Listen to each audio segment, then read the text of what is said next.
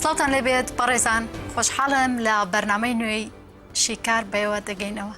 بەڕێزان لەم بەرنامەیەدا لەگەڵ دوو ئەندامی کۆنگرەی نەتەوەی کوردستان لەسەر ئەو ئامادەکاریانەی کە بۆ کۆبوونەوەی ڕاوێژی نەتەوەی کوردستان ئەنجام مەدرێت لە نێوان حزبە سیاسەکان و لایەنەکانی کوردستان و پارچەکانی کوردستانە.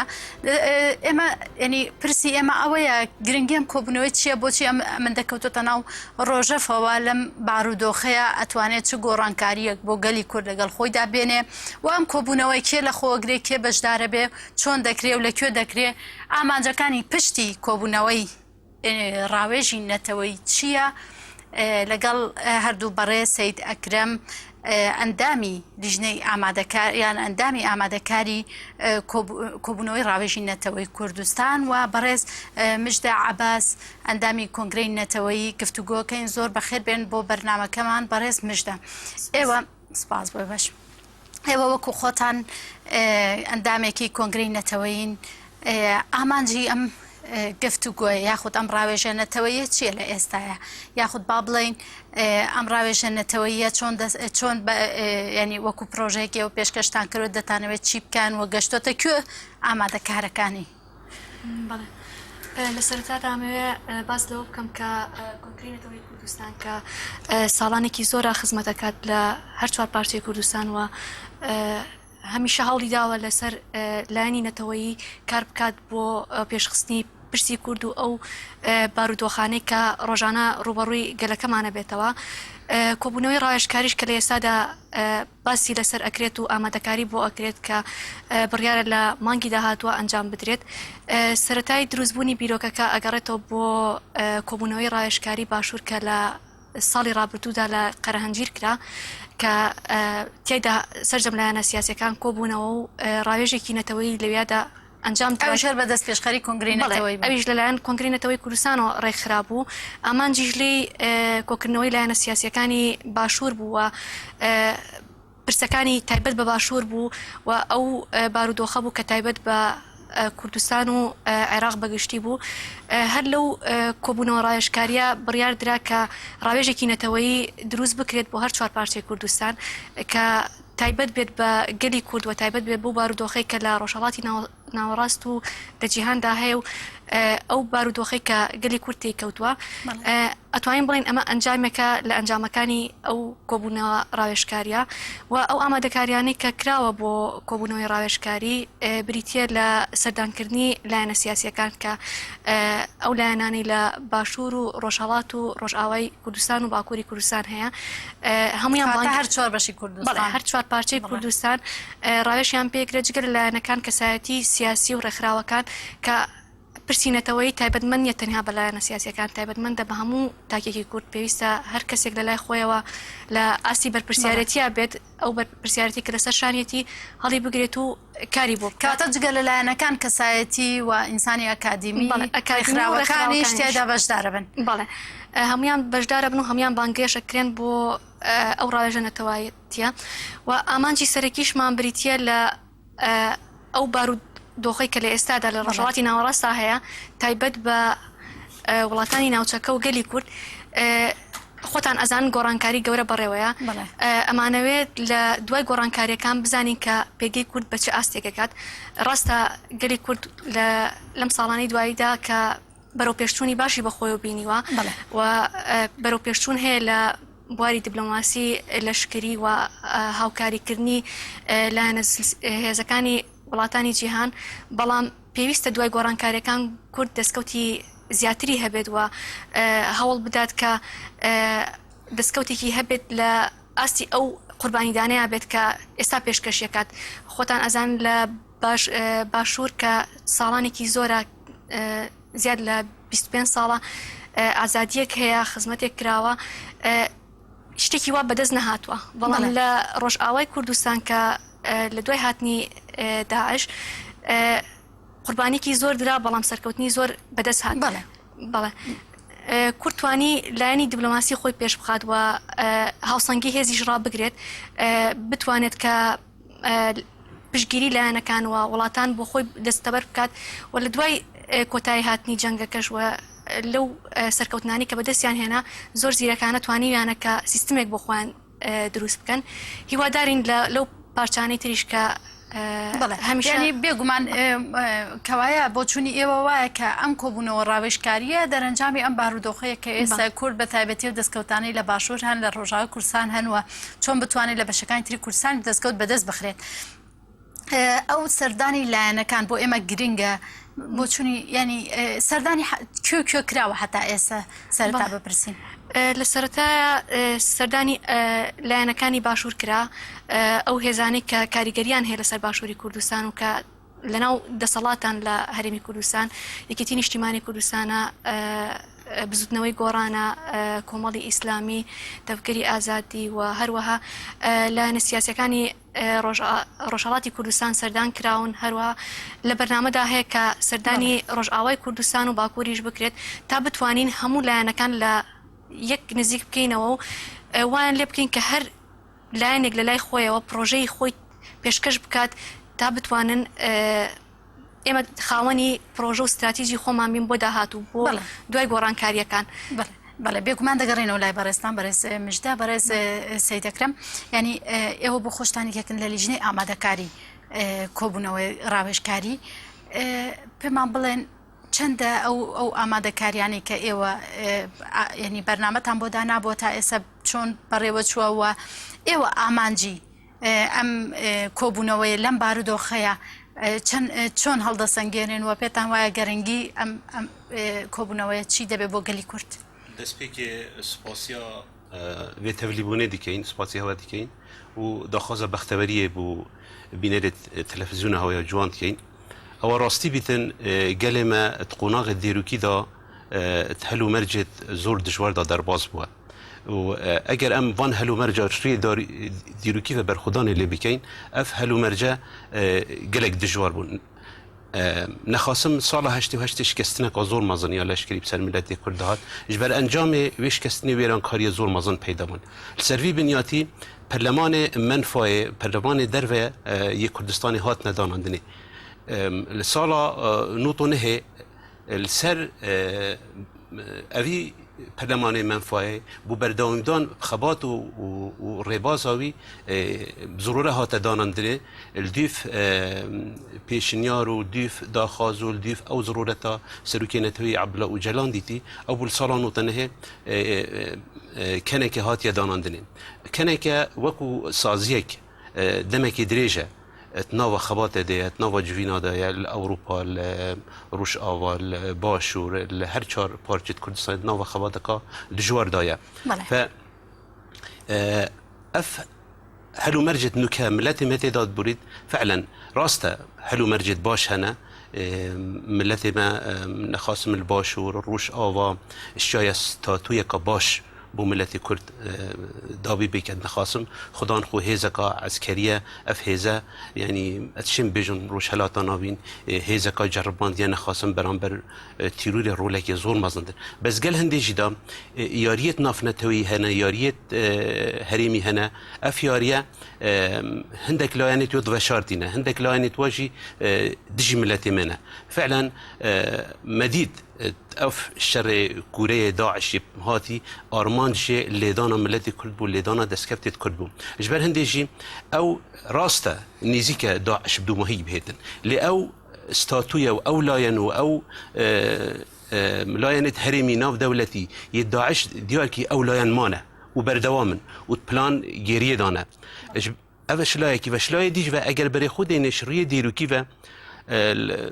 الصالد بوري الديروكا بوري بلان الدجمن كاري سر ملتي ما السعد آباد هات ندانان دل الانقرة هات ندانان الطهران هات ندانان البغداد هات ندانان ليه او ام بيني النكا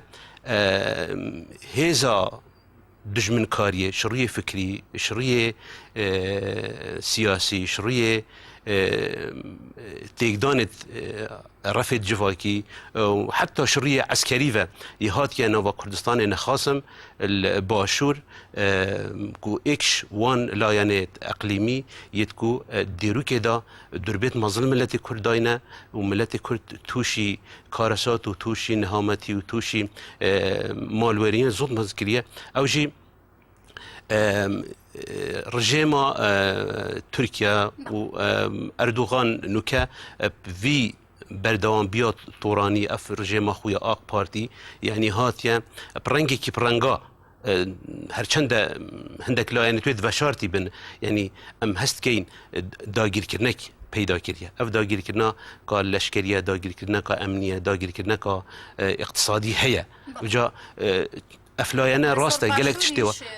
تایبتی لسر باشور اوش لایکی وش لای دیج باشور شریه خباتا دیروکی و شریه کو 27 ساله کرد بخول باشور استاتویه که هیا او استاتویه راسته تبینی هنا خلتی هنا قالك لا هنا السر راستانت هيا مروف كاريتم بحث بكن اللي تقال هندي جدا باشور نها وسط هيت نديتني بويا بنجهك هم بو آواکرنا استاتویت هر چهار پارچه کردستانی هم شلایدی جیو بو لیدانا وان دشمن کاریه یعنی بویا بنکه جبر هنده خواندنا باشور گرینگه چونکی مادام ام بینی نوکه باشور هیدی پرنگه کی پرنگات بیته بنگه لیدانا بزاو آزادی خوازا کردی جبر هنده خواندنا روشا باشور شریه جواکی، شریه لشکری، شریه سیاسی، شریه دیپلماسی، شریه آبوری گرینگی کازور هیا. اف همی مترسیه ملبر چاف دیتن ضروره ها تزانی نخاسم نوکه باشور دا شیلو بیلک دست هلاتی دا هیا. من دمانو لیری لم بینی قلصک ما بوده تو پرسیک بکن که هۆکار چی بوو یان خود با بڵین لەم بۆ چوونەی بەڕێستەوەی کە ئێوە دانووسان و گفتوگۆکانتان لەناو باشووری کوردستانەوە بۆ ئەم پرۆژەیەش لێرەوە دەست پێ کردووە؟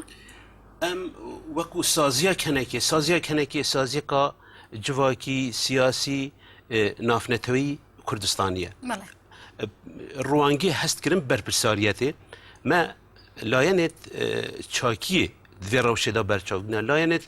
خراپیەژی ئەو لاینه کد بنا جهه مترسیا خلکی ما وکو کردستانی افلای همی برچافات نگرتنی چونکه دم کنه که جوینت خودات کنفرانسیت خودات کنگرت خودات خواندنه که همی لایند کرد جبر هنده لاینه باش بوی کالکی او باشتر ببیتن و لاینه خراب لاینه مترسیدان ام محاوله بکین هر هیچ نبیتن او کولکت مترسیداری وان کولکا برچاف بکین بو ملتی ما بو تفکر خویا سیاسی نخواستم الباشور نکه روشکا خراب هیا راسته یعنی شر تیروری دا سرکفتت مازن ایناندن اف پارتیت ما خودان دیروک کادریجن خودان خبات کادریجن لدگل هنده دا یعنی لاینه خرابکاری لایەنێ ئەو کارەسات و ئەف ڕوویداوێت دڵتازێن کو دائیمەن بزاف ئازادی خازی کوردی قوربانیەت مەزن دەردەن ئەف لایەنە ناهێت نەخواندنێ ji ber hindê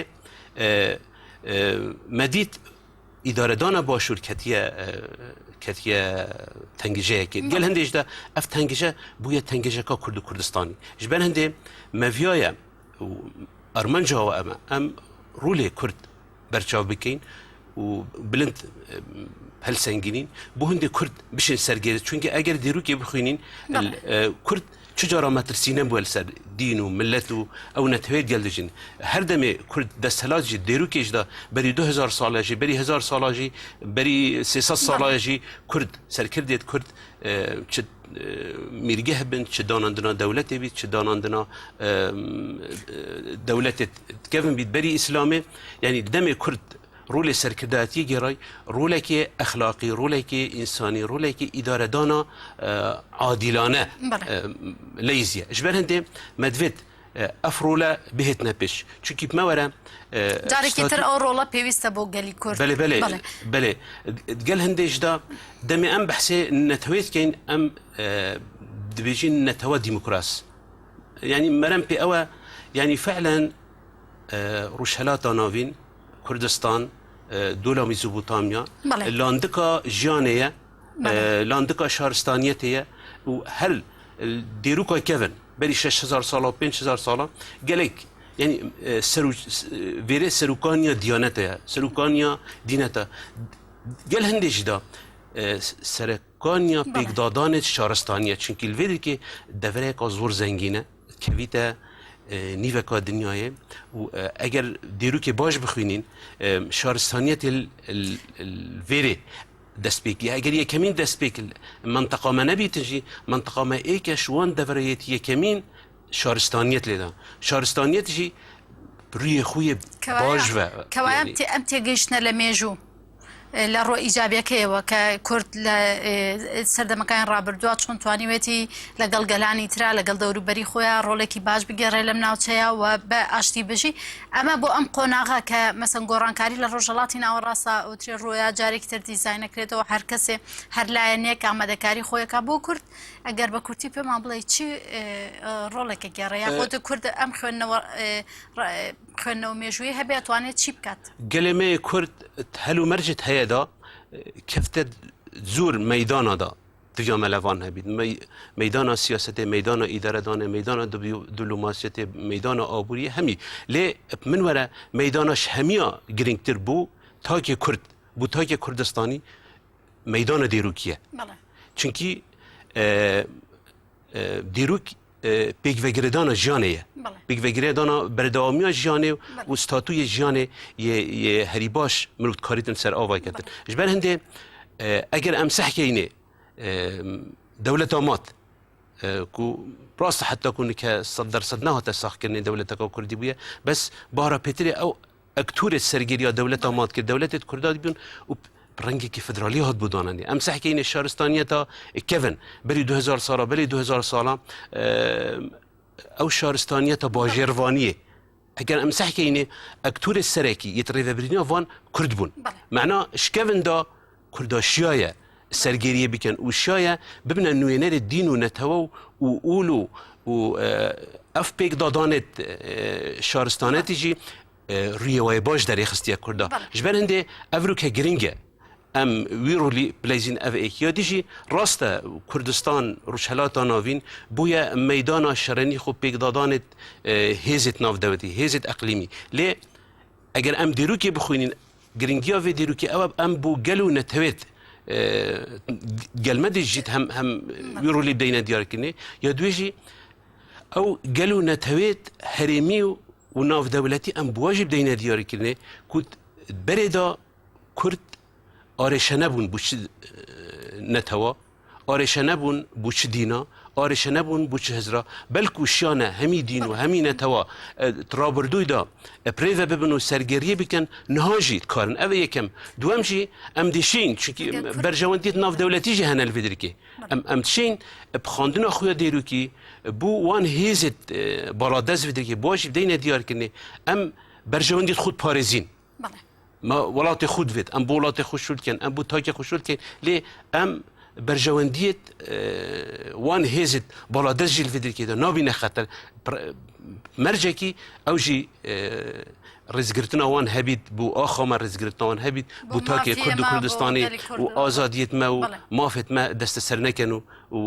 هاری کارون بو ملت من اما ولامی پرسیاره کی پیشوتری خو ما ورنگرتوا بو اوی که او هزو لعنانی که لعن کردانی که سردان کراوت شون بون هلوسیان چی بو بابت جاری کی تر دگرین ولایت برایسان بلام یستدچین لای برایس مشته یعنی برایس سید اکرم زور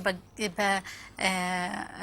وردی خنوی کی بو ميجوي اما كرت بتابتي لبواري برا وبردنا قال لي كرت تجربه هي لكونا وبيت او تجربه جاري كتير قفت قول لسر بكري جاري كتير وكو سودي لي ورغيري بو اوي كبتوانه دهاتو كي باش بو خو دياري بكات لا ناوچكيا اما رو باشكي ميجوي اما بلام همیشه باس لواکره که کرد لمجوع زور دستکوتیش بوی هاتو تا پیشو بلام کرد لنا خواه یک نبوه اگر باسێک لەمە بکەی ئەمە چ کاریگەریەکی هەبووە لەسەرەوەی کاتێک کورد یەک نەبووە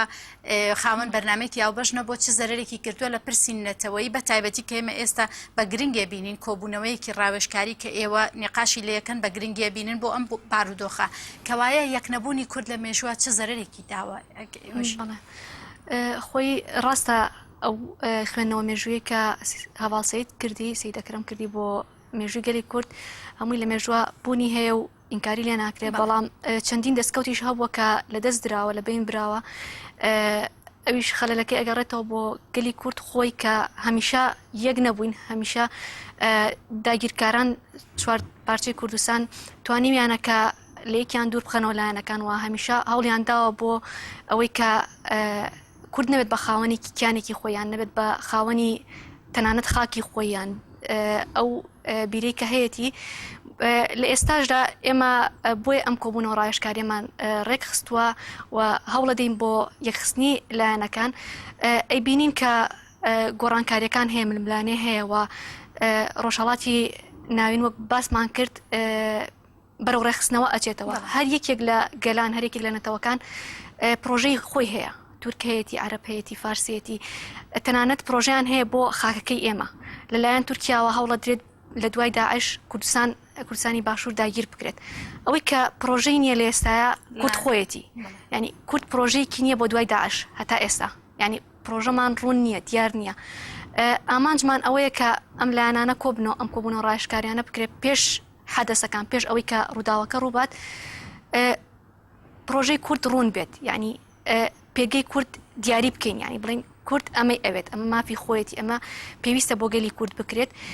بۆ هیواین کە وەک ڕابردوو نەبێت کە گۆڕانکاری دەکرێمش وتی مەسەن دەرز لە هەردوو لایەکەی وەرگرین بۆ نمونە لایەنە ئیداریە باشەکەی کە کورد کردوێتی و ئەو لایەنەشی کە هەمیشە زەرری بە کوردیاوەکە دووبەرەکی بووە ناکۆکی بۆ پەرتەوازەی بووە بێ لە هەردوو لایەنەکەەوە سوودەوە کرێ خۆی ئەگەر درک بۆ نەکرا خەلەلێک هەیە یان پێویست هەیە بم یەکبوونە ئەم کۆمونەی ڕایشکاریە بیری لێ ناکرایەوە و بەو شێوە چڕوپڕێکە ئێستا ئیشی لەسەرەکرێ ئیشی لەسەر ناکرا و ئێمە زۆر بە پێویستی ئەزانین کە باز لە شتێکی تریش بکەین لە ئێستا لە باشووری کوردستان پرسێکی گرنگ هاتوتە ئاراوە کە سەرجەم لایەنەکان باسی ڕیفراندۆمەکەن هەنێک پێی باشە ئەنێک پێی باش نییە کۆنگرەی نەتەوەی کوردستان خوێنەوەی خۆی هەیە بۆ ئەم پرسا و بە پێویستی ئەزانێت کە کورد سەربەخۆ بێت بەڵام ئەبێت پلانێک هەبێت ئەبێ بەرنمەیەک هەبێ ڕیفراندۆم ئەکرێ بە چ شێوەیە بەرنمێکی هاوبەش بێت بەرنمێکی هاوبەش بێەوە ئەگەر پێویستە دەوڵەت دروستکرێ مۆدلی دەوڵەتەکە چییە پێویستە مۆدلێکی نوێ بێت تایبەت بە بەگەلی کورد لە وڵاتانە نەچێکە لە چوار دۆرمان هەیە یان لەو مۆدلە نەبێت کە تا ئێستا هەیە چکە ئێمە مۆدلێکمان دروست کردووە لە باشووری کوردستان ڕاستە سەرکەوتنی گەورە بەدەست هاتووە وەک ماڵێکی لێ هاتووە بۆ هەر چوار پارچەی کوردستان کە سەرجەم بەشەکانی کوردستان لێرە ئەتوان سیاسەتی خۆیان بکەن ئەتوانن لێ بمێننەوە نیشتەجێ بنتیایە بەڵام مۆدلەکە تا ڕادەیەک پێویستی بە گۆڕانکاری و بە ئەوەیە کە ڕێک بخرێتەوە و بۆ شێوازە نەبێت کە حکومڕانی لە ئێستا ئەکرێت بگومانانی هەم لە ناو خۆ ناڕزایەتی هەیە لە بەرامبەر بەو مۆدلە لە بەرامبەر بە و خەڵکی کە بەڕێوەی ئەبەن لە بەرامبەر بە و عقلێتانەی کە حکومەکەنتیە هەمیش لە پارچەکانی تری زۆر جاریانی لە ڕوویەکەەوە باش بۆ لە ڕوویەکی ترەوە ینی ئەوە بۆ نەیتوانیوە بە گوێرەی پێداویستی نەتەوەیی بێت ڕاستە و یەکێکتر لە ئامانجەکان ئەوەیە کە لە ڕووی لە چەند ڕوویەکەوە دەستکەوتەکان دیاری بکرێت لە ڕووی ئابوووریەوە پێویستە لە پرۆژەی کووردا لە بەرنامەی گەلی کووردا دیاری بکرێت ئابووری گەلی کورچی لێت لە دوای ئەم گۆڕانکارانێک لەم کۆبوونەوە ڕاوێژکاریان نقاشەوە بەڵێ ئابووریە سیاسیە و جوگرافی لایەنی لەشکری چکە هەتا ئێستا لەشکرێکی یەکگرتوونیە بۆ گەلی کورد بڵێ ینی ئەوەی کە هەیە سیرەکەی زۆرتر حیزبایەتیەوە زۆرتر هەنێک کات لە دژی یەکتری بەکار هاتوو ئێمە ئەمانەوێت لەشکرێکی هاوبەش هەبێ بۆ گەلی کورد کە بتوانێت لە داهاتوە بەرگری بکات لە هەر چوار پارچەی کوردستان بڵێ ینی بەڕێز مژدا ئێستا بارودۆخی باشووری کوردستان لایەنەکان لە ناو باشووری کوردستانەوەی باڵادەستن زۆر پەرتەوازن ینی هەتا ئێستا کۆشە بنەوە ناگەرە نەتیجە ماوەی 2-3 ساڵە بەردەوامی وایەوە پێشتریش هەمیشە ڕوئیای زۆر دوور لە یەکتری لە باشووری کوردستانە هەبوو لە نێوان لایەنەکانە و ئەمەش نەبووتە هۆی بەهێزکردن بەڵکو بۆتە هۆی زعیفکردنی دۆخی باشوور پێگەی باشوور لە هەم لە عێراق و هەم لە ناوچەکەش ئێستا لە قۆناغێکا کە لایەنەکان ناو باشووری کوردستان لە دۆخێکی وایەن لە ئاستی نەتەوەیش هەر چواربەشی کوردستان لایەنەکان زۆر بە هەمان شێوەیان ئەم بارودۆخی باشوور کاریگەری کردوە سەر ئاستی لایەنەکان و پەیوەندیان لە بەشەکانی تر کوردستانیش چۆن لە دۆخێکی وایە توانێم لایەنانە بهێنرێت لای یەکتری خۆی ڕاستە ناکۆکی هەیە بەڵام ئەگەر بێتەوە سەرپرسینەتەوەی هەموو یەکن ینی هەمووی لەم کۆبوونەوانێک کە لەگەڵ یانەکرا و چاوپێکوتن کراوە لەگەڵ لایەنەکانە هیچ لایەنێک نیە دژی ئەوە بێت کە لایەنەکان لەگەڵ یەکا بنوە پارچەکانی کوردستان بگەڕێنەوە لای یەک بە هەمویان پرۆژێکی هاوبەشی سەرکەوتویان هەبێ بۆ گەلی کورد بۆیە باوەڕ ناکەم هیچ ڕێگریەک هەبێت و هەر لایەنێکیش ئامادەیە کە لە حەقی خۆی کەمێک بێتە خوارەوە بۆ ئەوەی کە لە ئەنجامە دەستکەوتێک دەستکەوێت بۆ هەموو گەلی کورد هیوادارین کە ئەم کۆبوونەوەیش بێتە سەرەتایەک بۆ دروستکردنی کۆنگرێکی نەتەوەیی یەکگرتو لە هەر چوار پارچەی کوردستان و تەنانەت بۆ کوردانی تەراوگەشت. بەڵێ بەڕێز سەید ئەکرەم ینی ئێوەش بۆ خۆتان لەناو گفتوگۆکانی ئەو لایەنانی باشووری کوردستان کە پێم وایە زۆرینەی لایەنەکان گفتوگۆتان لەگەڵا کردوون ئەو گفتوگویانە چۆن بوون ئیجابی بوون لایەنەکان نزیکبوونیان چۆن بووە؟ ئەوە ڕاستی بیتن ئەوە دوو هەفتیە بەردەوام ئەم سەردانە داینە دانوستاندنە داینە تەفهیڤینە داینە لایەنێت باشوور تقریبا هەمی خلاص بوون لایەنێت ڕوشەلاتیژی بارە پێتر مە سەردانە دێت تەنها هەردوو باڵێ حزبا دیموقراتمانە و دەمێ بهێت ژی گەل باکوور و باشووری گەل لایەنێت واژێ ئەمێڕین نەخارێ بەرهەوی هاتی نەکردنێ ئەو لایەنێت مە سەرداناین تێڕوانینێت جودا هەنە حزبێت جودا هەنە دیتنێت جودا هەنە و پارتی و سازیەت جدانە ji ber hindê ev cudayî tiştekî zor siruştiye û me were em cudahiya têrwanînê dixwe cudahiya hizr û bîrê dixwe em cihekî xir ve bîn girîng ew e evan cudahiyê dixwe em yekîtiyekê nav da çekîn ev yekîtiye bibîtine cihê xizmetê ev yek du bu cihî wa jî kalkî ve bît çawa bîtin ew jî hazirî hatiye kirinê lê tiştê here girîng ew e me em wekû keneke em layενê biryar dernînîn belku em layενê kûkereweyîn ev yekem çiye bo ew ev yekem duem eger we ageh jî hebîtin yani zincîreyeka kûbûn û konferansal Ewropal û başûr jî hat nekirinê evan proje hemî derencam û bername û tiştê zor girîng hatiye ev ber encamê van konferansan van komûna heme ev e wekû dibêjin xameyeke bû vê kombîna me ya bihêtin projeyê kongrê neteweyî projê me ya wekû kongrê neteweyî bes min divêt ez noqteyî dî bû cenab-ı Hak demê diyarkirinê ew jî ew e ev kombîna têt nekirinê kombîneka şêwira neteweyiya Kurdistanê ye mena pêkhatê Kurdistanî her çar parçê dixwe ew pêkhateyê dînî ew pêkhateyê netewî ew pêkhateyê hizbî ew pêkhateyê ekademî ew kesan û roşinbîr û komela û roşinbîrê heyîn hemî dîtinê dixuye cida ve bernameyê dixuye cida cida ve daxwazkirîne bihêne vê kombînê min berî nûke gotî em layενê em ê kom kêyn li cihekî ew cih çi Silêmaniyê bît çi Hewlêrê bîtin me were Hewlêrê bihêt nekirinê lê em eger derfet nebû li Hewlêrê jî bihêt nekirinê li Silêmaniyê girîng ew e ev layene hemî kû bibin ev e yek du me berî em kombîn du erman çit esasî me hene êk em projeyekî danîn ev projeyekî Kurd û Kurdistanî bîtin ev e yek duem ev projeyekî giştgîr bîtin hemî layen hemî parça xwe nav de bibînin ya siyê jî feelen ya duê jî armanca me ew e ku feelen statûyek dezgahek perlemanek camîeyek per navekê bîtin ev e girîngkirîne ev e demînin biryar serdan û derxistina projeyê jî demîtil ser wî kombînat hêt nekirinê ew desthelata we ye desthelat yamenîne destelata me tenha em di hemî layena xir vekeyîn her layek bernamê xwe bi cidahiyê xwe bi dîtinê xwe dê ruheka azad bernamê xwe pêşkêş ketû û niqaş dê tê testkirinê ser van niqaşa hîviya me ew e ew bernamê tê tegirinê berhamekî giştgîr bît ji rûyê eskerî ji rûyê serokayetîkirinê ji rûyê eskerî ji rûyê îdarî ji rûyê aborî ji rûyê diplomasî ji rûyê ragihandinê rûyê diyê jiyanê komelayetî hemî nav da bigirîtin û ew berhevî hene û bîtin jî hindek layen amade nebin lê me biryara xwe daye û em ê berdewam bîn û înşallah dê serkeftî bîn بەڵێ بەڕێز مشتە ینی هەوڵتان نەیەوە جگەر لەناو باشووری کوردستان کە ئەم گفتوگویانە کراوە بچنە دەرەوە بچنە بەشەکانی تری کوردستان چکە ئەوانیش گرنگن لایەنی جیاواز هەیە لەوێش لایەنی تر هەیە یان هەر لێرە سەردانی ئەو لایەنانە شەکرێت و تاو بەڵێ وەک ئاماژەمان پێکرد ئەو سەردانانەی کە کراوە لایەنە سیاسەکانی باشوور بوونەوە لەعنی ڕۆژهەڵاتیش لەبەرەوەی لەناو باشوورە بارگای خۆیان هەیە سەردانکرا بەڵام لە بەرنامەیە هەیە سەردانی ڕۆژئاوا بکرێت و باکوور بکرێت بەڵام خۆتان نەزان بارودۆخی سیاسی گونجاونیەوە سنوورەکانیش ئەگەر بکرێت و بگونجێت قرارە کە سەردانی ئەو دوو بەشەی تری کوردستانیش بکرێت. مەبەستان سنووری نێوان باشوورە لێرە باشوور بۆ ڕۆژئاوا ینی زەحمەتە بۆ داواتان کردووە بچن؟ خۆی داوا کراوە بەڵام تا ئێستا جوابێکی وانە. بەڵێ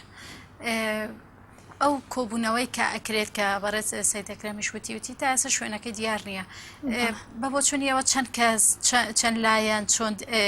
ینی بەشداربووانی کۆبوونەوەکە چۆنە بن چی ئەبن کێ ئەبن؟ سەرجەم لایەنە سیاسیەکان بانگێشەکرێن لە هەر چوار پارچەی کوردستانە پێویستیشە بەشدار بن بەڵام احتیمالە لە سایەسەت هەموو لایەنەکان نەتوان بەشدار بن بەڵام ئەوەی گرنگە کە زۆرینەی کورد بەشدار بێت لە هەر چوار پارچەی کوردستان و ڕێکخراو هەیە و کەسایەتی هەیە ئەتوانن بەشدار بن لە کۆبوونەوەی ڕایشکاریە و ژمارەی ئامادەبوانیش کە وەک ئەندامی کۆبوونەوەی ڕایشکاری لە سەر و 150 بۆ 200 کەس بەشدار ئەبێت هەرچەند ئەوش سابت نەکراوە تا ئێستا وەک چۆن شوێنەکە دیاری نەکراوە لە سلێمانی ئەبێتیان لە هەولێر ئەوەی کە گرنگە چی دروست ئەبێت لەو کۆبوونەوە دیاریتان نەکردووە لە سلێمانی بێت تا ئێستا دیاری نەکرایان لە هەولێر؟ خۆی ئەمە پێمان باشە لە هەولێر بێت ئەگەر بگونجێت و هیچ ڕێگریەک نێتە پێش وەکو پایتەختی وەکو یەکەم اختیار ئێمە هەولێرمان هەڵبژاردووە و نابێتە ئاستەنگ شوێن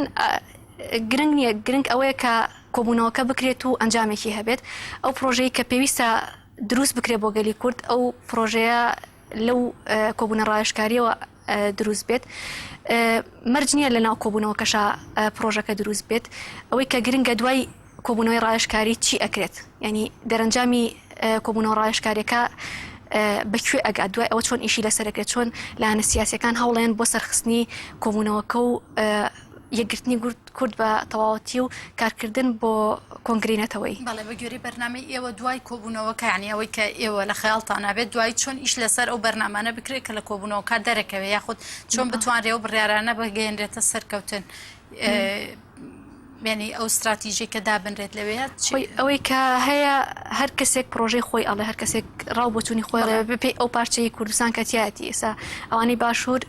لاوچەتی ڕوانینێکیان هەبێ بۆ یەکێتی نەتەوەی لایەنێکی تر بە هەمان شێوەوە شەرنی هەر لایەنی سیاسیش پرۆژە پێشکەشکە احتیمالە ڕێکخراوێک هەبێیان ئەکادیمیایەک هەیە پرۆژەیەکی هەیە کە زۆر گونجاوە بۆ بارودۆخی کوردستان گرنگ ئەوەیە کە پرۆژەیەکی هاوبەش دروست بکرێت کە تێکەڵەی هەموو لایەنە سیاسیەکان بێەوە بیر و ڕای هەموو لایەکی تیا بێت و لە ئەنجامدا کار بێت بۆ یەکێتی نەتەوەی گەلی کورد ئەمە ئەبێت بە ئامانجی سەرەکیمان و کاری ڕیسیمان لە دوای کۆبوونەوەی ڕایشکاری. بەڵێ لە دوای کۆبوونەوەی ڕایشکاری بەڕێز سەید ئەکرەم یعنی ئەو پرسە لە ئێوەش بکەین ئەکرێت چی بکرێت بۆ پرۆژانە بەو بەرنامانە بەو استراتیژی کە دائەنرێ ئەتوانێت چ گۆڕانکاریەک دروستکات چی بێنێ لەگەڵ خۆیان یاخود چۆن کێ کاری لەسەرەکات؟ خۆ ما وەکو کەنێکە ینی ئەم سازیەکە نەتەوەینە و بەرنامە و پروژێت مێت نەتەوەی هەنە و ئەم بەردەوامین و ئەم سەر ڕێبازە خود ناڕاستین دێ بەردەوامین ئەوەیەک دوم کومبین جارێ ناهاتەکردێ بەرهەوی هات نەکردێ کومبین دێ چاو هێت نەکردێ ئەما ئەو مادێ داخلی کومبینت هێت نەکردێ ئەو دەمینیت بوو کومبوونێ ئەوەیەک دووەم کومبینێدا پروژه دیار بید و ستاتوجی دیار بید و حتما او برنامه هیتا گلاله کرنه بو پشتی کومبینه پشتی هنگ کومبین ده نکنه و آماده کاری ده نکنه و اگر بیتوی بیتنجیل گوری خاص تاوی برنامه سازیت نتویجی ده نه دانندنه و طبعا دویره دا دوی کومبینه که شیوریه لی آرمان جامعه اساسی یکیتیا نتویا کردیه گل ویدش که دا ام آلیه دموکراسی دفمه زور گرینگه پیدن چونکی نوا ولات مدا نتوی دیهنه دین دیهنه هزر دیهنه و بریان کجیک کومبین کنفرانس کنگره بو نتوی دیهات ندانندنه بو دین دیهات ندانندنه و ام وکو کرد وکو نتوا کرد وکو سروکاتیا تیتا برهف کنه بو نتوا کرد اعتیادی ام نابید مافو آزادیت ملت دی شریه دینی شریه نتوایی و که ام چاوه خو ارگدار بینین واجه ارگدار ببینین ام چاوه مافو آزادیت خو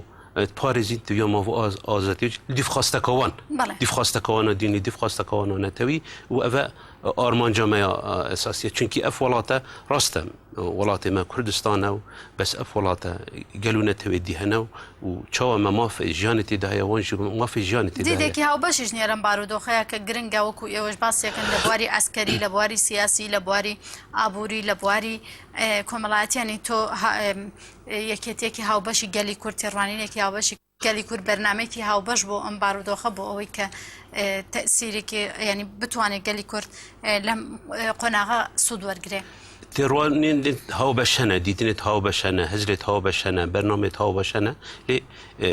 ام يعني أرمان جماعة أوان هاو بشيالي خربة كينو ويكيتيكا هزري يكيتيكا نتوي يكيتيكا برنامج سازي يعني الجوري برنامج سازي أو بروجيكت شيكت شوان جداخ كاري الديني ونتوي هاي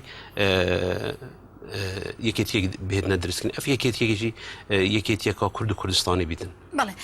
با باشوری کردستان چند سودی هست ام کوبونه با باشوری کردستان که لقناقی زور هستیار و باردوخی که وکویه وشوتن علازیاتی اپر باشوری کردستان و هندک برو تاگروی و بریاری تاگلاین لا استا هنگاونت من وراء يعني همي خربة بوني ما كرد ام كرد درد ما زور جرانه ایشت ما زور جرانه دیرو که گلک خویناوی مهیا بهای زور مازن جدزدانه دلیو زور مازن جدست هات ندانش برنده خربونا ما دانستاندنت ما دیالوگا ما هندی بردامید هندی لاین هندی کسایتی پیتر بجدار ببن اف خموجانه و اف کارساته و دهنا مناقشه کرنی و اگرت وان کاراکتورت وان دهنا برچاف کرنی و خوب پاراستن و خوب آماده سازیش دهت نکرنی اجبر هنده اف کوبینات هت نکرنی هزت سرکی یت سیاسی یت هزری یت نتوی دی بجدار بن بجدار بونا و خو باشترین الباشور باشترین هاری کارو باشترین پشتوانه بو دسلاتا باشور بو سروکاتیا باشور بو پلمان باشور بو دستکفتکانی باشوری کردستان بو خلقی باشوری کردستان که بتوانه جارێکی تر هێزێک کە بەبار خۆی بێنێتەوە و گۆڕانکاریەک دروستکە بەڕووی ئیجابی بۆ خەڵکی باشووری کوردستان بەڕێز مشتە ڕۆڵی ڕاگەیاندنەکانی باشووری کوردستان چونکە لە باشووری کوردستان ڕێژەیەکی زۆر ڕاگەیاندن هەیە نزیکبوونی ئەوان چۆنە و بەگشتی ڕاگەیاندنەکانی کوردستان لە هەرچوا بەشی کوردستان نزیکبوونی ئەوان چۆنە بینن لەم پرسە نەتەوەییە بەڵێ وەکو خۆتان ئاگادارن زۆربەی ڕاگەیاندنەکان گرنگیان بەم پرۆژەیەداوە کە ئێمە کۆنگرەی ڕۆژنەمەوانیمان ساز کرد بۆ ئاگاداربوونی گەلی کورد و ڕایگشتی زۆربەی زۆریان باسییان لە کۆبوونەوەکە کردووە گرنگیش درراوە بۆی کە لە ئێستادا ئەم کۆبوونەوە ڕایشکاریە چەندێک گرنگەوە چەند پێویستەکە بکرێت ئەوەش جێگەی دەستخۆشیە هیوادارین کە کاری لەسەر بکرێت تا زۆرترین سوود بگەێنێ بە گەلی کورد و بە ناوچەکە بەڵێ بە بۆچوونی ئێوە چی بکرێت ینی مەسەن نزیکبوونی لایەنەکان چۆن بێ بۆ ئەوەی کە ئەم کۆبوونەوەیە سەر بکەوێ پێویستی ئەرکی مێژووی سەر لایەنەکان سەر ڕێکخراوەکان سەر خەڵکی کوردستان سەر کەسایەتەکان چییە بۆ نزیکبوونەوە لەم کۆبوونەوە ڕاوێژکایی کە لە مانگی حەوتە ئەنجامەدرا ئەرکی سەرشانی هەموو لایەنەکانەکە بەشدار بن لە کۆبوونەوەکەیە چونکە ئەمە سوودێکی گشتیە و تایبەت نییە بە لایەنێکی سیاسیان بە بەشێکی کوردستان بۆیە پێویستە هەموو لایەنەکان هەست بۆ بە پرسیارەتیە بکەن و بەشداری تیا بکەن و کاریگەریشیان هەبێت لە سەرخستنی پرۆژەکەیە و هیوادارین کە ئەو بەشانەی تریش کە لە دەرەوەی لایەنە سیاسیەکان وەک ڕێکخراوەکان و ئەکادیمیا و کەسانێک کە پێگەیەکیان هەیە لە کوردستانە ئەوانیش جێگەدەستیان دیار بێ و بتوانن هاوکار بن لە سەرخستنی پرۆژەکەیە. بەڵێ ئەگەر دوایین پەیامی خۆشتان لە بەرەوەی بەرنامەکان بەرەو کۆتاییە چێ هەرێک لە ماوەی خولەکێکە پەیامی کۆتایی خۆتان بڵێن بەرەز سید ئەکرەم لێەوە دەست پێەکەین دوایین پەیامی ئێوە چییە بۆ سەرخستنی کۆبوونەوەی ڕاوێژکاری؟ پەیامامە ئەوە بوو هەمی پارتیەت کوردستانی بێجودایی جودایی هزر و بیرێت خوبە بەشداریەکە کاریگەر و یا بەرنامە سازی دوێ کۆمبینێدا بکەن ئەوە یەکەم دووەم ژی بلا هەمی لایەن هەمی کەسایەتی وێژ بیر نەکەن کوردستانەمە وڵاتێمە ئەم وەکو کورد یەت ناوە دژمنکاریەکی ئەف دژمنکاریەوەکی کەلە گورگێکی یەت هێت ئەف کەلە گورگە وەختی هێت سەرمەداگی نابێت ئەوە ئیسلامیە و ئەوە نەتەوەیە و ئەوە سوسیالیستە و ئەوە دیموقراتە و ئەوە پەژاکە و ئەوە یعنی ئارمانچ شتاکێ مرۆڤی ئارمانچ کوردە ئارمانچ ئەوە ئەف کەلە گورگە بهێت کەویتە کوردستانی وڵاتیمە پارچە پارچەکەت وڵاتیمە بریندار بکەتن و خێر و خێراتە دوی وڵاتی بخوبن و ئەمژی ناوە vê xezîna jiyanê da nava va servet û samana da gelê me hizretawî nan bîtin û xerîbel ser axa xwe bîtin ji ber hindê em gaziyê xwe dikeyîn her kesekî yê ku hesta netewîya wî hebîtin û ew bivêt kurd wekû kurd wekû takekê hest kesayetî û er ku rolê xwe biketin û nebîte xerîbet axa xwe da bila bejdar bîtin û her kesekê hejvê axê biketin û dijî dijminkariya servê axê bîtin bila bejdar bîtin beşdarîkirin erkekê netewî ye erkekê niştîmaniye erkekê mirovatî û exlaqiye. بەڵێ سپاس بۆ بەڕێستان بەڕێز مشدا ئێوەش پەیامی ئێوە چییە بۆ سەرخستنی کۆبوونەوە ڕاوێژکاری کوردستان؟ بەڵێ منیش هیوادارم کە سەرجەم لایەنەکان بە گروتینێکەوە بەشدار بن لە کۆبوونەوەی ڕاوێژکاریە بە هەمومان هەوڵ بین بۆ سەرخستنی کۆبوونەوەکە و بەرژەوەندی نەتەوایەتی وەکێتی نەتەوایەتی بخەنە پێش سەرجەم بەرژەوەندیەکانی خۆیانەوە و بە هەمووان هەوڵ بین بۆ پاراستنی خاک و گەلی کورد و هیواداریشم کە ڕاگەیاندنەکان دەورێکی کاریگەریان هەبێت هەمیشە لایەنی لێکنزیکردنەوەی لایەنە سیاسیەکان بن نەک تێکدانی بارودۆخەکان لە هەندێک کاتە. بەڵێ ئێمەش زۆر سپاسی بەڕێستانەکەین بۆ ئامادەبوونتان لەم بەرنمەیە سپاس بۆ بینەرانمان کە تا ئێستا لەگەڵمان نابوون بێگومان لە پێناو پاراستنی بەرژەوەندەکانی گەلی کووردا لە پێناو یەخستی دەنگی سیاسی نەتەوەیی و لە هەموو ڕوویەکەوە هی گەلی کورد و بوونی بەرنمەیەکی یاوە بەش بۆ بەهێزکردنی دەستکەوتەکانی گەلی کورد و بەرەو پێشبردننی مافەکانیان هیواخوازین ئەم کۆبوونەوەی نەتەوەیە ڕاوێژکاریە کوردستان سەر بکەوێ و بتوانێت بگاتە ئەنجامەکانی و بتوانێت کاریگەریەکی گرنگ دروستکە لەم بارودۆخەی گەلی کووردە. بەڕێزان جارێکی تر سپاس بۆیەوە تا ئێستا بینەرمان بوون سپاس بۆ میوانانمان تا بەرنامەیەکی تر بێنە لە خۆشیدا.